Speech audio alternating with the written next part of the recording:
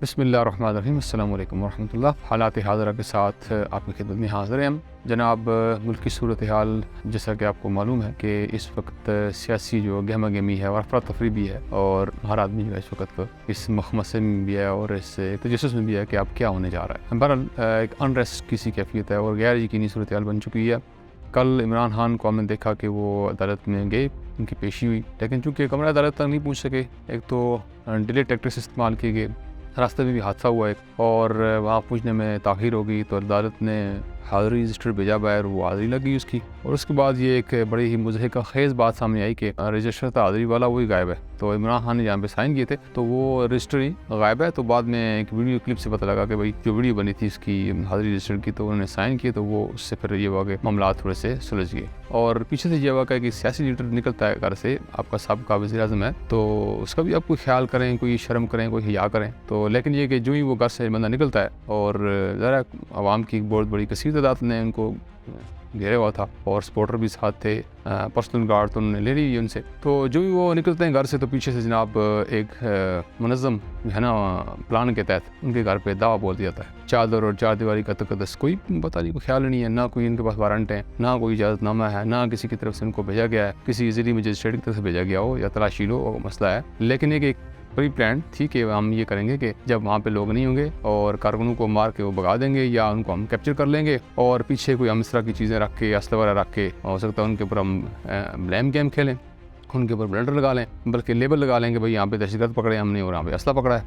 ये ब्लेम, और राना सनाउल्लाह इसमें बड़े मास्टर हैं क्योंकि उनका ट्रैक रिकॉर्ड ऐसा ही है। तीसरी बात ये कि राना सनाउल्लाह ने क्या बयान दिया, फ़ौरन बयान दे दिया टीवी पे आके, भाई यहाँ वहाँ से तो हमने 65 लोग कैप्चर किए, किसी 56 लोग कैप्चर किए, 15 वो लोग थे जो कलदम तंजीम से उनका ताल्लुक था, और वहाँ से हमने कोई क्लाशनकोव ये गनें हमने पकड़ी हैं। अब ये देखें कैसे गैर जिम्मेदाराना बयान है, लेकिन क्योंकि उनका मनसूबा यही है, एक बंदे को हमने अरेस्ट करना ही करना है, उस पर हमें दहशतगर्दी का लेबल लगाना भी है, उसको दहशतगर्द करार देना है, उसकी पार्टी जो है किसी तरह कलदम हो जाए, उस पर बैन हो जाए पक्का पक्का, या इससे हमारी जान ही छूटे। तीसरी उन्होंने खुली छूट दी है मरियम बीबी को, और मरियम बीबी ना अपना पास है, ना औरत होने का पास है, ना ये कि मेरा बाप यहाँ पे 3 दफ़ा वज़ीर-ए-आज़म रहा है, कम से कम उसका ही कोई लिहाज कर लो। लेकिन जो ऊल फूल आती है, जो बेवकूफ़ी, जो अहमकाना बातें इसको सूझती हैं, वो बोली जा रही है। भाई इसको कोई लगाम दो, इनको कोई लगाम देने वाला नहीं है। मीडिया पर्सन भी इन्होंने ऐसे छोड़े हुए हैं। उस दिन मैं देख रहा था जो अपना वो शाहज़ेब खानज़ादा है, वो क्या कह रहे हैं जी, इदारे जो हैं वो इमरान खान के सामने बेबस हैं, बल्कि उन्होंने तो घुटने टेक दिए हैं, और सारे जो हैं वो कानून और जो भी है वो सब इमरान खान के ताबे है। तो अब देखें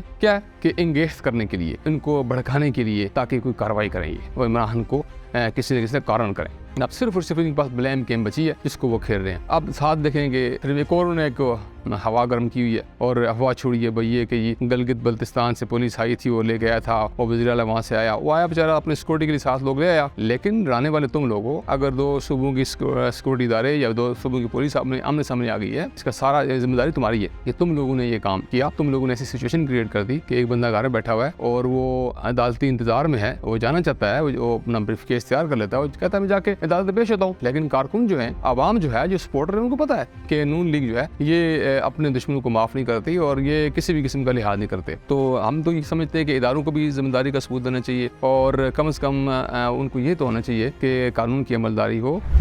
एक बंदा जो सीरियस है, एक बंदा जो कानून को फेस करना चाहता है, वो अदालतों को फेस करना चाहता है, उसके खिलाफ जो झूठे केस भी हैं, फिर भी वो झूठे केस होने के बावजूद वो जाके पेश होना चाहता है, और उसके रास्ते में रुकावटें ना डाली जाएं, और ये ब्लेम गेम ख़त्म की जाए, और एक दूसरे के टांगे खींचने से बाद आ जाए ये लोग, और इलेक्शन होने दें अपने टाइम पे। इसके साथ साथ एक और आप कंट्रोवर्सी देखें कि अवामी एहतजाज, अवाम का जो हक है, जमहूरी हक है, वो आप ये कह रहे हैं कि अवाम इस्तेमाल ना करे, इसको तो कौन इस्तेमाल करेगा। मैं आपसे ये सवाल पूछता हूँ, माजी की बात है, मौलाना मौदूदी रहमतुल्लाह अलैह को जनरल अयूब के दौरे हुकूमत में फांसी की सज़ा सुनाई दी। वो भी कादियानियों के खिलाफ उन्होंने किताब लिखी, तो जिसको कादियानियों ने कहा था ये एटम बम कराया उन्होंने हमारे ऊपर। गालिबन हाई कोर्ट में फैसला हो गया था कि सुबह 10 बजे आपको फांसी है जनाब, 1 दिन के वक्फे से फांसी थी। तो क्या हुआ, फांसी हुई? फिर नहीं, फांसी टल गई, वो उम्र कैद में बदली, बल्कि बाद में वो चंद माह में रिहा हो गए थे। तो किसका प्रेशर था? अवाम का था। बैरूनी दबाव भी आया, बैरूनी कॉल्स भी आई हुक्मरानों की, बैरूनी दुनिया से, सऊदी अरब से, इजरा, मिस्र से भी, और बहुत से अरब ममालिक से कॉलें आई, भाई ऐसा ना करें आप। लेकिन फर्स्ट ऑफ ऑल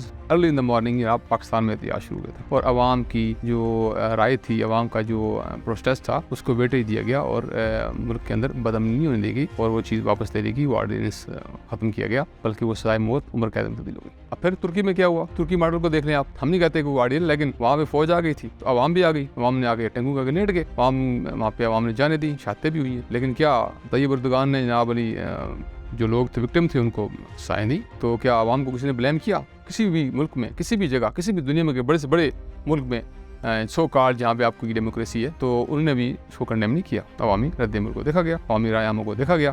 फिर ज़िया-उल हक के ज़माने की बात है, जनाब गालिबन जनरल अशरफ गौदर साहब थे और शिया हज़रात ने धरना दे दिया, जी हम ज़कात आपको नहीं देंगे, हम खुद ज़कात देंगे। ज़कात का इनकार नहीं किया, हम खुद ज़कात देंगे। तो क्या हुआ? गोली चली? नहीं गोली चलाई उन्होंने अपने लोगों पे। अवामी एहतिजाज था, उसका एहतराम किया और वो ऑर्डिनेंस वापस हो गया और फिर आज तक वो ज़कात खुद देते जा रहे हैं। तो अवाम है, अवाम ही है तो इदारे हैं, अवाम ही है तो फौज है, अवाम ही है तो सब कुछ है भाई। अवाम ही की दम से तो सारा मुल्क है। बाकी इन पहाड़ों को, दरियाओं को, इन जंगलों को हम तो पाकिस्तान नहीं कहते, ठीक है ना? तो अवामी राय का आपको एहतराम करना है। हाँ, जायज़ हदूद के अंदर हूँ, आइन के तहत हूँ, आइन के दायरे से बाहर कोई भी नहीं है, कोई बड़े से बड़ा भी नहीं है। लिहाजा इस चीज़ का भी आप मौजूद रखें आप। और निगरान हुकूमत भी अब होश के नाखन ले और वो निगरानी ही करे और अपनी निगरानी में इलेक्शन के लिए जो है ना हालात को साजगार बनाए, और बल्कि वो उनका किरदार तो मीडिएटरी का होना चाहिए। पार्टीज़ को बैठाएं, बैठ के आपस में जो इनकी जितनी फ्रिक्शन है कम करें इसको, बजाय इसको वो हर चीज़ को हवा दे जा रहे हैं, हर चीज़ को हवा देते जा रहे हैं और एक तरफा कार्रवाई करते जा रहे हैं और एक शख्स के ऊपर उन्होंने अरसा हाथ तंग करके रखा हुआ है। और ये बातें भी दुनिया देख रही है इनको और हर तरफ से इनको ये आप समझें कि बस हुकूक आ रही है, इनकी तारीफें कोई नहीं कर रहा। और अपनी जो है ना ये जितनी भी चालें चल रही है, अब जितनी भी चालें चल रही है, ये चालें सारी उनके ऊपर उलट रही हैं। तो लेकिन आपने सब काम उल्टे कर रहे हैं और अपने आप को वही शो कर रहे हैं जो इमरान खान कह रहा है, अपने आप को वही दिखा रहे हैं जैसा आपको इमरान खान दिखाना चाह रहा है। तो इसमें इमरान खान का कसूर नहीं है, आपका अपना कसूर है। और हसद में आपका आप ये हाल हो गया है कि आप न दिन देखते, न रात देखते, न अच्छा देखते, न बुरा देखते, आप बोली जा रहे हैं और एक बंदे के पीछे हाथ धो के पड़े हुए और दुनिया भी आपको आत्मा देख के हंस रही है। और अब इन सारी एफर्ट को आप देखें, अगर आप इसको सम अप करें तो आपको ये लगेगा बिल्कुल हर बंदा जो जी शऊर है ना, जी फहम है, वो ये समझ जाएगा कि इनकी पूरी कोशिश क्या है। इनकी कोशिश ये है अगर इक़्तिदार में आना है तो सिर्फ हमने आना है और हम ही इक़्तिदार में आए और रहें इक़्तिदार में, अदरवाइज मार्शाल्लाह। यानी कि तीसरी ऑप्शन इनके पास कोई नहीं है, ना ये बर्दाश्त करते किसी तीसरे को। यानी कि या हम होंगे या मार्शाल्लाह होगा, इसके अलावा और कोई नहीं हो सकता। हालांकि इक़्तिदार जो है ये किसी का जो है वो पैदाशी हक नहीं है। तो हम ये समझते हैं कि अवामी जो है एक रद्द-ए-अमल जो सामने आ रहा है वो सिर्फ आपकी करतूतों की वजह से, वो आपके हाथों की कमाई है और किसी ने कुछ नहीं किया। तो हम सबको ये मशवरा देते हैं कि आप इस चीज़ को कम करें, इस फ्रिक्शन को कम करें और हालात जो हैं वो इलेक्शन के लिए साजगार बनाएं। बहुत शुक्रिया आपका, थैंक यू।